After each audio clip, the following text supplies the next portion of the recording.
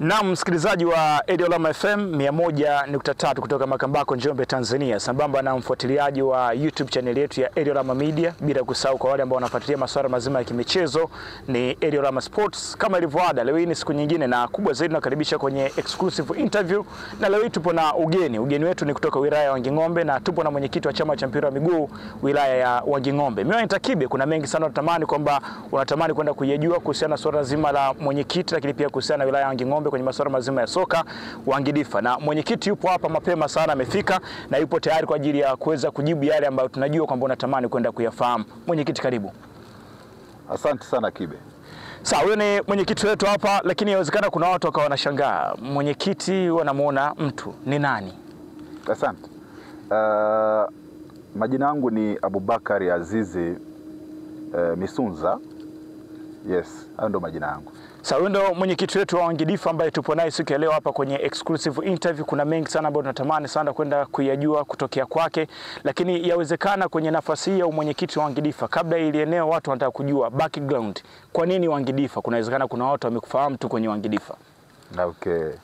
Ya, ni kweli ni takriban kama miaka 3 hivi nimekuwa nje kidogo ya masuala ya michezo, hususan kwenye uongozi, lakini mimi najua nimeanza masuala ya michezo kuongoza muda mrefu sana. Nimeanza takriban mwaka 2014 nikiwa mwenyekiti wa timu ya Makambako City. Sisi ndo waanzilishi wa ile timu, nikiwa kwenye nafasi ya mwenyekiti. Kwa hiyo nimeanza muda mrefu sana, na baada ya hapo 2017 nikagombea nafasi ya mjumbe wa mkutano mkuu Njorefa, nikitokea chama cha mpira wilaya ya Njombe. Kwa hiyo nilikuwa nawakilisha wilaya ya Njodifa kwenye masuala ya michezo kwenye mkutano mkuu wa Njorefa, maana yangu ni chama cha mpira mkoa wa Njombe. Na kuanzia 2017 tena nilipata nafasi ya kugombea nafasi ya mhasibu wa chama cha mpira mkoa wa Njombe. Kwa hiyo nimeongoza kuanzia 2017 mpaka 2021 kama mhasibu wa chama cha mpira mkoa wa Njombe, lakini toka 2017 mpaka 2025 hii ndo nimekoma ujumbe wa mkutano mkuu kwenye chama cha mpira wilaya ya Njombe. Kwa hiyo nimekuwepo kwenye mpira kwa muda mrefu sana, na 2021 kama mnakumbuka, tulipatiwa na msiba wa katibu wetu kipindi kile, alikuwa anafahamika kama Majiri, alifariki. Nikiwa kama mhasibu wa chama cha mpira mkoa, nilipendekezwa kukaimu nafasi ya katibu wa chama cha mpira mkoa wa Njombe. Kwa hiyo nilipata nafasi ya kukaimu mwaka mmoja ule wa 2020-2021 wa kukaimu nafasi ya katibu mkuu wa chama cha mpira mkoa wa Njombe. Kwa hiyo toka pale baada ya kumaliza majukumu yangu ya chama cha mpira mkoa, nikakaa nje kidogo kwenye majukumu, lakini nilibaki kama mjumbe wa mkutano mkuu wa Njorefa nikitokea chama cha mpira wa miguu wilaya ya Njombe, Njodifa.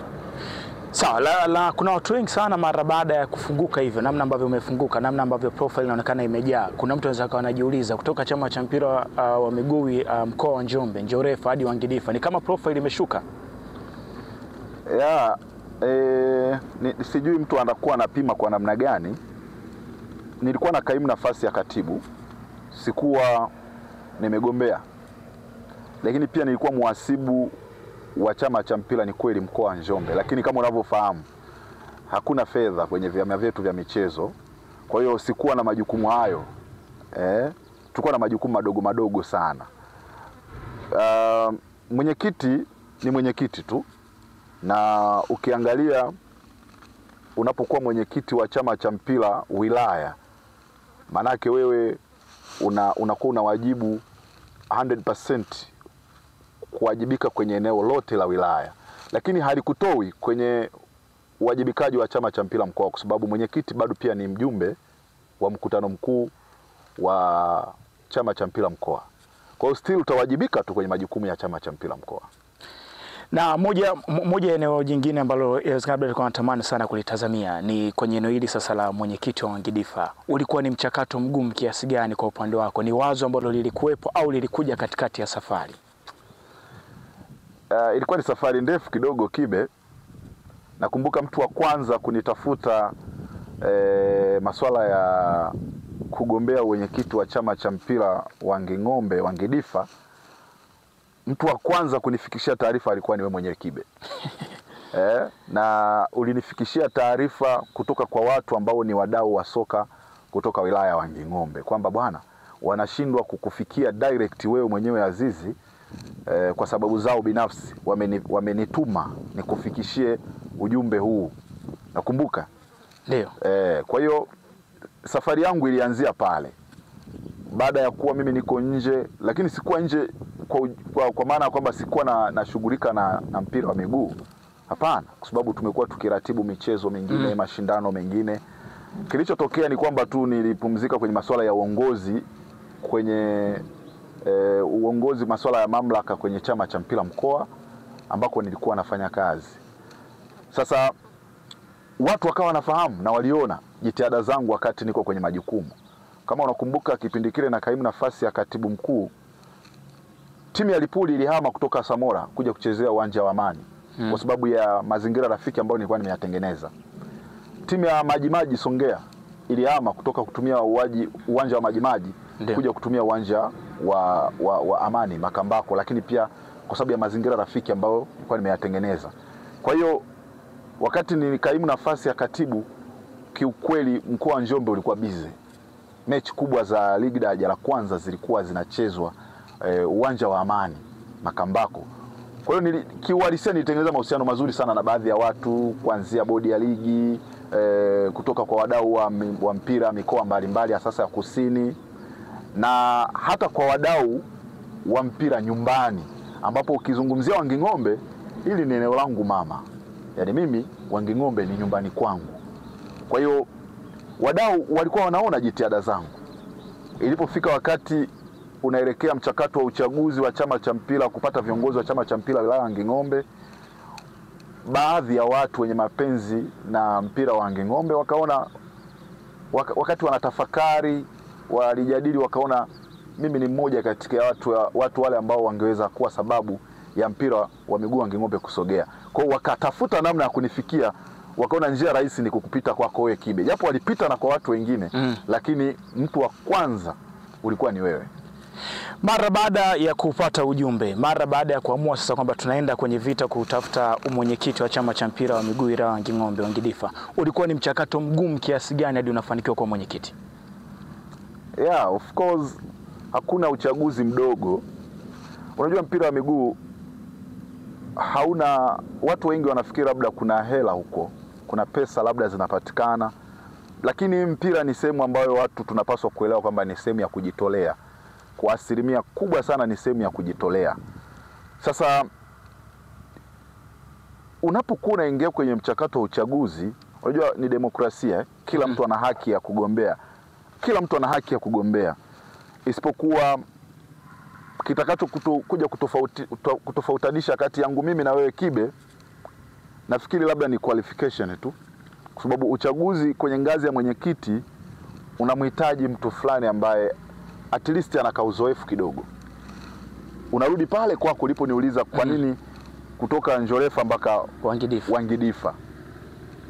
Hiyo experience ambayo mimi nimekuwa nayo ndio kitu ambacho watu walitamani kije kuonekana Wanging'ombe. Ile performance nzuri ambayo nilionyesha kwenye level ya mkoa, watu walitamani kuja kuiona Wanging'ombe. Kwa hivyo na mimi Wanging'ombe ni nyumbani, yani ni eneo langu ambalo siwezi kuacha kulitumikia pale ambapo watu au wananchi au wadau wa mpira wanatamani tushirikiane kwa pamoja. Kwa hiyo ilikuwa ni ngumu kwa namna moja ama nyingine, kwa sababu sikuwa mgombea peke yangu. Tuliochukua fomu tulikuwa wengi, tulikuwa wawili. Tulikuwa wawili kwenye eneo la mwenyekiti, na bahati nzuri au mbaya vyovyote, mmoja katika wale ambao tulichukua fomu alikuwa tayari ameshatumikia kama kiongozi kwenye chama cha mpira wilaya wa Nging'ombe. Kwa hiyo na alikuwa karibu zaidi na virabu. Unajua wajumbe wa mkutano mkuu ambao ndo wanaochagua kiongozi wa ngazi ya wilaya ni virabu. Yeah. Yes. Kwa hiyo mmoja katika wale ambao tuligombea alikuwa tayari yeye ni mtu ambaye anafanya kazi kwa ukaribu zaidi na virabu ambao ndio wapiga kura. Kwa hiyo ilikuwa ni ngumu kidogo, kwa sababu yeye amekuwa na hawa watu kwa miaka takriban 3 kwa ukaribu kabisa, na ukizingatia wilaya ya Wanging'ombe ndio wilaya mojawapo katika zile wilaya ambazo zina mafanikio ya kucheza ligi ya wilaya kila mwaka kwa level ya juu kabisa. Kwa hiyo kiongozi huyo alikuwa na ushawishi kwa sababu tayari alikuwa na ukaribu na vilabu. Kwa hiyo nilijua kabisa naenda kugombea, lakini before sikuwa najua kama atagombea mtu yoyote au ni nani atagombea. Nilijua tu nitakutana na watu, lakini sikuwa najua ni nani. Kwa baada ya kuwa tumeingia kwenye mchakato wa uchaguzi, kiuhalisia ulikuwa mgumu kwa sababu sintofahamu zilianza kuibuka mapema kidogo kwamba Azizi anagombea wakati sijatangaza. Yes, sijatangaza kwamba anagombea, lakini nafikiri kupitia wale wadau ambao walikuwa wametuma salamu za kuniomba kushawishiana au kushauriana mawili matatu wao kwa wao, wakawa wana zile taarifa zinasambaa. Mwisho wa siku zikawafikia hata wale ambao walikuwa na nia ya kugombea. Kwa wakaanza hata kabla ya mchakato wenyewe wa uchaguzi, wakaanza kusambaza taarifa fulani ambazo za kudhoofisha, za kujaribu kunidhoofisha na kuharibu picha yangu kwa wale ambao ni watu ambao ni wapiga kura. Kwa hiyo ilinipa ugumu kidogo kwenye eneo hilo, kwa sababu unajua mtu ukipata taarifa kwamba bwana kuna mtu anakusemea vibaya wakati wewe unajijua kabisa hauko hivyo, lazima ikughadhabisha kidogo. Kwa hiyo nilighadhabika kwa kiasi, kwa sababu ilikuwa inanivunjia heshima. Kwenye mchakato wa uchaguzi wa virabu au watu ambao walikuwa na haki ya kupiga kura walikuwa ni watu 33, na kwenye eneo la mwenyekiti ulikuwa unagombea ukiwa peke yako. Kula ya hapana ilikuwa ni moja, ukapata kula 32. Hii kula moja ilikupa swali gani? Unajua kwenye maisha wanakuambia ukiona unakubalika na watu wote unatakiwa kujitathmini sana. Wakati mwingine hiyo inakuwa sio ishara nzuri sana. Kwa sababu ukiona watu wanakusifia sana, wakati mwingine either wanataka upotee. Wanajua hii njia unayoiendea unaenda kupotea. Kwa hiyo wanaamua kukusifia ili usikumbuke kwamba unapotea. Sasa kwangu mimi ilinionyesha kwamba natakiwa kuwa makini. Natakiwa kuwa makini na kuhesabu hatua zangu, kwa sababu sijawahi kwa makusudi kumkosea mtu kwa makusudi. Kwa hiyo kama sijawahi kumkosea mtu kwa makusudi, maana yake kwenye ufanyaji kazi wangu mimi naamini nafanikiwa, lakini kuna mtu anaona kuna sehemu sitoshi. Kwa napaswa kuperform vizuri sana kwa wakati ambao nimepata hizo kura za watu 32, kumridhisha hata huyu mmoja. Nilitamani sana hata nikamfahamu. Nilitamani sana hata nikamfahamu, kwa maana anijenge, nipate ile kwa nini, kuna sehemu gani. Ile ina maana nzuri sana, lakini sasa kwa bahati mbaya ni haiwezekani. Ila kijitokeza pia itakuwa nzuri sana. Akaniambia, Azizi, mimi ndio yule ambaye nilikupa kura ya hapana. Lengo langu lilikuwa ni 1, 2, 3. Sio kukuonyesha kwamba haufai. Lengo ni kukukumbusha kwamba ukifanya hiki na hiki inakuwa ni bora zaidi. Kwa hiyo ilinishtua, lakini nilijua hii ni demokrasia. Kila mtu ana haki ya kufanya kile ambacho au kusema kile ambacho kinampendeza. Kwa hiyo na kura ni siri ya mtu bwana. Ndio. Kura ni siri ya mtu. Kwa hiyo ana haki mtu ya kuchagua kama uko mtu mmoja ya kukupa ndio au hapana. Kwa hiyo ile ilinikumbusha kwamba nina wajibu wa kufanya vizuri na pasipo kujali. Unajua wakati mwingine mimi napendaga kuwa mwazi sana. Wakati mwingine hauwezi kufanya kila kitu kwa kumpendeza kila mtu. Ndio. Yes.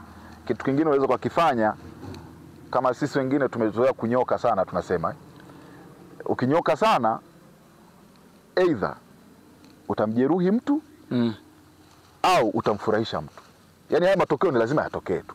Kwa hiyo kwenye haya matokeo mawili inawezekana. Unakumbuka mwaka jana tulikuwa na mashindano fulani yale. Kuna watu tuliwajeruhi pale. Ndio. Inaweza kama mmoja katika wale. Kwa sababu sio kitu ambacho kilikuwa cha kufurahisha kwa kila mmoja. Lakini kwa sababu sisi tulitenda haki, unaweza kuchukiwa kwa sababu ya kutenda haki. Kwa hiyo ni kitu cha kawaida. Na kwenye mchakato wa uchaguzi, mmoja kati ya watu ambao walikuwa wanaonekana wapo bega kwa bega na wewe kwa 100% ni aliyekuwa mwenyekiti ambaye alikuwa anamaliza muda wake. Unahisi kwa nini alichagua kwa upande wako kuunga mkono wewe? Okay, nashukuru sana. Mwenyekiti aliyemaliza muda wake Mheshimiwa Mbafu, Remiko Mbafu, ni mzee wangu sana na ananifahamu kijana wake kwa muda mrefu. Toka naanza mimi majukumu ya kuwa mjumbe wa mkutano mkuu nikiwakilisha Njodifa, yeye alikuwa mwenyekiti wa Ngidifa. Kwa hiyo tulikuwa tunakutana kwenye mikutano yetu ya chama cha mpira mkoa. Lakini pia wakati nawakilisha nafasi ya katibu, nimefanya naye kazi kwa karibu sana. Kwa hiyo performance yangu anaijua, uwajibikaji wangu anaujua, madhaifu yangu anayajua. Wakati nimepokea maoni ya wadau wakihitaji nichukue fomu au nigombee nafasi ya mwenyekiti, mimi ni kijana ambaye nimefunzwa kidogo. Kwa hiyo nilipata wasaa kumtembelea mzee wangu. Sasa Mheshimiwa mwenyekiti mstaafu Remiko Mbafu, nikamwomba wasaa kukutana naye, nikamshirikisha azma ya wadau wa mpira wa miguu wilaya ya Wanging'ombe kuhusu kuhitaji mimi kugombea nafasi ya mwenyekiti. Nikimtaka ushauri, lakini pia nikitaka kujua malengo yake. sawa. Kwa sababu ni kama ninavyokuambia, fununu zilianza kuenea mapema. Ndiyo. Kwa hiyo hata yeye zilimfikia kabla mimi sijafika. Kwa hiyo nilihofu kutengeneza kumkwaza mzee wangu, lakini pia sio hilo tu, nitaka kupata baraka kutoka kwake. Kiukweli aliniunga mkono kwa sababu aligundua kijana wake nimemfuata kwa ustaarabu, lakini pia anajua kwamba mimi ni mtu wa aina gani, na yeye aliwish kupata mtu anayemwachia nafasi awe mtu sahihi. Kwa hiyo nilipofika mimi kumweleza azma yangu, alisema wazi, nilikuwa natamani kupata mtu ambaye anaweza kakidhi mahitaji ya wana Wanging'ombe kiuhalisia bila kupepesa macho. Umenifuata leo na kupa majibu leo. Mimi nakwambia mimi sitagombea. Kwamba zegi alilali. Leo umenifuata na leo na kuhakikishia mimi sitagombea, na kwa sababu hiyo nitakuunga mkono. Kwa sababu nilikuwa nahitaji mtu sahihi ambaye mimi mwenyewe naona kwamba anatosha. Sasa kwa sababu waliokufuata ni wadau wa mpira, maana yake wanaoona kama mimi ni wengi. Wao wameona hivyo, hata mimi naona hivyo pia. Kwa hiyo mimi niko tayari, na nilikuwa nafikiri hii uwe muhula wangu wa mwisho, lakini kwa sababu pia ujio wako nafikiri inatosha, mimi sitaendelea. Nitakuunga mkono na nitajaribu kuongea na viongozi wenzangu wa ngazi ya wilaya, kwa maana kwenye chama cha mpira tukuunge mkono kwa pamoja. Ndio kama unakumbuka, wakati naenda kuchukua fomu niliongozana na viongozi wote, kwa sababu nilikuwa na mwenyekiti, makamu mwenyekiti, nilikuwa na katibu hakwepo. Nilikuwa na ndugu yangu Bryson Kivuli, alinisindikiza kutoka. Kwa sababu anatembea na upepo wake, mtumishi wa Mungu. Na wakati tuko safari alikuwa anatuongoza na maneno ya Mungu kwa mbali. Lakini pia nilikuwa na makamu mwenyekiti, nilikuwa na mwenyekiti wa chama cha waamuzi, nilikuwa na mwenyekiti wa chama cha makocha. Hao wote walikuwa sehemu ya mawazo ya mwenyekiti kwamba bwana, nabidi niwashirikishe na wenzangu, tuanze hii safari, tuianze pamoja. Kwa hiyo nilipata ushirikiano na viongozi wote, ukimwacha mwenyekiti wa chama cha mpira ambaye amaliza muda wake, lakini nilipata ushirikiano kwa viongozi wale wa ngazi ya wilaya wote ambao walikuwepo madarakani. Kwa support hii ambayo labda ulikuwa umeipata kuanzia kwa viongozi wote, kuanzia kwenda kuchukua fomu mpaka unakuja kufanikiwa kushinda hii kiti cha nafasi ya mwenyekiti, unahisi una deni kwa watu? Deni ni kubwa sana. Uzuri sio peke yangu naenda kufanya kazi. Yes, uongozi ni chain. Yuko mwenyekiti, yuko makamu mwenyekiti, atakuwepo makamu mwenyekiti, atakuwepo katibu, atakuwepo mjumbe wa mkutano mkuu, atakuwepo wale wajumbe wanne. Hiyo inaunda uongozi wa ngazi ya wilaya. Kwa hiyo mwenyekiti ndio unabeba image ya chama, lakini kazi haifanywi na wewe peke yako. Tunaye mtendaji kazi wetu mkuu ambaye ni katibu wa chama wilaya. Tunao wajumbe, lakini pia tutakuwa na kamati ambazo tutaziunda kutokana na matukio ambayo tutakuwa nao kwa wakati huo. Kwa hiyo ninayo deni la kuiongoza la kukiongoza chama cha mpira wilaya ya Wanging'ombe vile ambavyo watu walikuwa nafikiri. Na mimi nitakuwa na mawazo yangu, katibu atakuwa na mawazo yake, makamu mwenyekiti na wajumbe wengine, lakini pia na kila mdau wa mpira wa miguu wilaya ya Wanging'ombe. Tutachukua mawazo, tutayaishi hayo. Hatutafanya vitu ambavyo viko nje na makusudio ya watu wa wilaya ya Wanging'ombe. Kwa hiyo tutatembea kwenye maono na mawazo ya watu wa Wanging'ombe. Na kama kuna kitu naweza kusema ni kuwapongeza sana viongozi waliomaliza muda wao. Walifanikiwa sana kwenye kuhakikisha kwamba ligi inachezwa kila mwaka. Walifanikiwa sana kutafuta wadau kuhakikisha kwamba ligi inachezwa ikiwa ina vifaa ambavyo vinafanya mchezo wa mpira miguu kamiliki. Kwa hiyo sisi tulioingia madarakani sasa hivi tuna wajibu wa kufanya mazuri yote ambayo wenzetu waliyafanya yaishi, lakini pia kuzalisha vile vyote ambavyo havikufanywa, kuhakikisha kwamba tunavizalisha na kuvifanya vifanikiwe. Kwa hiyo tuna deni kubwa kwenye eneo hilo, na hata mimi mwenyewe pia binafsi nina deni kubwa kwenye eneo hilo, kuhakikisha kwamba anafanikiwa kwenye yale ambayo wenzetu walifanikiwa, lakini pia kuyaanzisha yale ambayo hayakufanywa na wenzetu. Hilo ni deni kubwa sana. Sawa. Na kwa ya chama cha mpira wilaya inakuongoza wewe kuweza kuteua watu, kufanya teuzi. Kuna kamati ya utendaji ambayo kuna watu uliwatangaza pale, lakini pia kuna watu ambao watu wana shauku kubwa sana kujua kwamba kwenye haya maeneo umewaweka watu wa namna gani. Kabla ya kwenda kuijua hii kamati, ulikuwa umezingatia vitu gani kumchagua kwamba huyu anafaa kwenye kamati yangu ya utendaji? Okay. Mimi unajua wakati naingia kwenye mchakato wa uchaguzi, ni kweli nilikuwa peke yangu.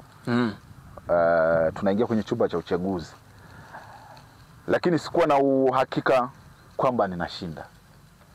Nilikuwa na asilimia za kwamba nagombea, naweza kupata nafasi, lakini kushinda ni matokeo mengine, kwa sababu watu wanaweza kuamua tu kuto kukupa kura ndio. Kwa hiyo wakati nimechaguliwa, nilipata nafasi ya kukaa chini na viongozi wenzangu ambao wamechaguliwa. Nikawashirikisha, jamani, tushauriane kwa pamoja. Ni kweli mimi ni mwenyekiti, lakini naomba tushauriane kwa pamoja.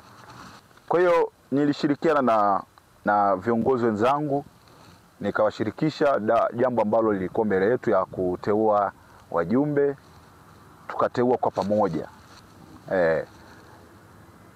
Nikabakiza nafasi mbili, nafasi ya katibu wa chama cha mpira pamoja na nafasi ya makamu mwenyekiti, ambao ni viongozi.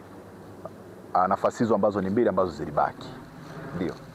Na tunaweza labda tukajua size wa nafasi mbili, au lakini pia tukaijua ile kamati yote, labda kuna watu ndio kwa mara ya kwanza labda ndio wanasikia muda huu, wanataka kujua hiyo kamati inaongozwa na kina nani, wanatoka sehemu gani, lakini pia sambamba ndio tujue nafasi ya makamu mwenyekiti sambamba na katibu. Asante Kibe. Siku zile nakumbuka nilitangaza nafasi za wajumbe, na wajumbe wako 4. Nilimtangaza Mheshimiwa Luimiko Mbafu, lakini pia tulimtangaza Salma Makweta, tulimtangaza Jackson Sanga na Yusufu Kiswaga. Ndio. Hao wako kwenye eneo la wajumbe. Na nafasi ya makamu mwenyekiti ambaye ni mtu ambaye nitakuwa naye karibu sana. Ndio. Mshauri wangu wa karibu sana. Huyu baada ya kukaa kushauriana na wadau, ninamtangaza leo rasmi Bwana Ones Katawa kutoka Ilembula. Yeye atakuwa ni makamu mwenyekiti wa chama cha mpira wa miguu wilaya ya Wanging'ombe. Ni mdau mzuri sana wa mpira wa miguu. Lakini pia namtangaza kakaangu Anzawe Mgeni, ambaye ni mjumbe wa mkutano mkuu. Lakini pia alikuwa anakaimu nafasi ya katibu kwa msimu uliopita. Kwa kazi nzuri ambayo ameifanya, kwa ushapu na umakini alionao, nimeona bado anaweza kutusaidia kwenye eneo la ukatibu wa chama cha mpira wa miguu wilaya ya Wanging'ombe. Kwa hiyo zile nafasi mbili ambazo zilikuwa zimebaki, nafasi ya makamu mwenyekiti ni Ones Katawa, na nafasi ya katibu wa chama cha mpira wa miguu wilaya ya Wanging'ombe namteua na ndugu yetu Anzawe Mgeni aendelee kutusaidia pale alipoishia. Nafikiri anafahamu vizuri sana mambo mengi sana ya mpira, kwa sababu hata kwenye chama cha mpira mkoa anatusaidia kama mhasibu wa chama cha mpira.